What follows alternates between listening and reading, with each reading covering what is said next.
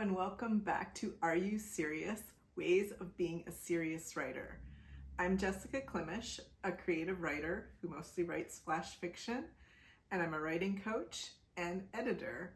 I'm also the co-founder and co-editor of Hot Flash Literary, a new online journal that publishes flash and flash-y prose poetry by writers who identify as women. And we are currently open for submissions until October 31st, 2025. Today, I want to talk about writer's block. What is writer's block? It's a term I've heard since I was very young. Stuck? Can't write? You must have writer's block. But I personally consider the term writer's block just kind of a fancy worded excuse. Writing naturally comes easier sometimes than it does others. So if you're in that spot where it's not coming easy, do you have writer's block? Not necessarily. But people often refer to it as writer's block when the writing isn't coming easy, when they can't think of what to write or how to revise something that they're working on. Being stuck as a writer is a very real thing. You might have trouble figuring out how to begin a story. You might have trouble with the ending. There might be plot development issues in the middle. There can be all sorts of things these are all very real concerns that writers have, but I wouldn't call them writer's block. I would argue, in fact, that if there's any sort of block, it's a creativity block. And the good news about that is that creativity can be honed. It can be strengthened. There are ways to bolster it. I'm going to offer you 3 methods that you can try to help get yourself unblocked. I typically use a combination of methods, and it's not just these 3. There are tons and tons of ways to strengthen your creativity and to get yourself unblocked. But I'm gonna just offer 3 easy, quick kind of suggestions that you can employ right now with your work. Again, this is just a sampling to get you started. So one option is to just keep writing, even if the words aren't pretty, even if they aren't coming easily. If you wait till all the circumstances are right, till the muse is talking plainly to you, you might be waiting a long time. So even if you don't feel like writing, even if you feel uninspired, I always urge people to continue to write. It doesn't mean that you have to write for hours at a time. You can write for 20 minutes a day for a few days, and that might help get you unblocked. I have folders of notes and files and probably thousands of writing ideas at my disposal, things that I've written down through the years. And so if I'm feeling uninspired, I often look through these ideas to get some ideas of what to write about. And they serve basically as prompts, and so I'll write something. It might not be very good, but the idea is just to get the words on the page.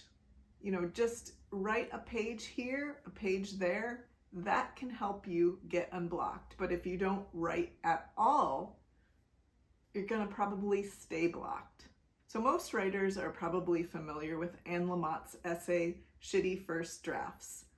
I used to share this essay with my academic writing students at the beginning of each semester, because the idea is to remind them that first drafts aren't pretty.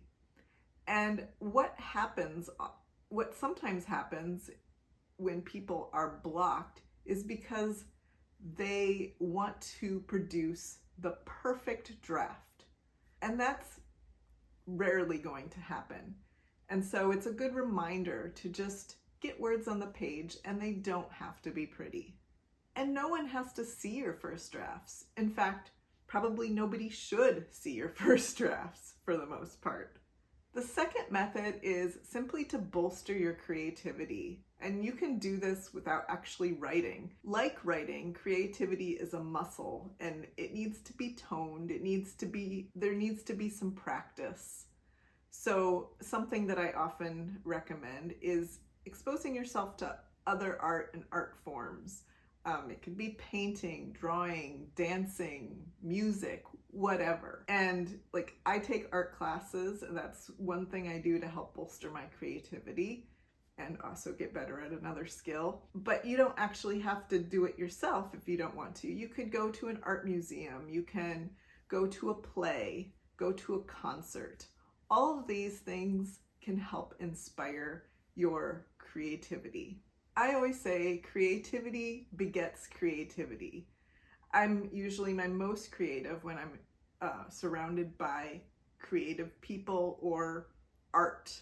And this was especially true when I lived in creative towns, creative places. But in the absence of that, there are still things you can do. Go to poetry readings or simply going to an art gallery. Sometimes I'll watch documentaries about artists or independent films that showcase innovativeness. All of these things can inspire me, and I can see what else is out there, what other people are doing creatively.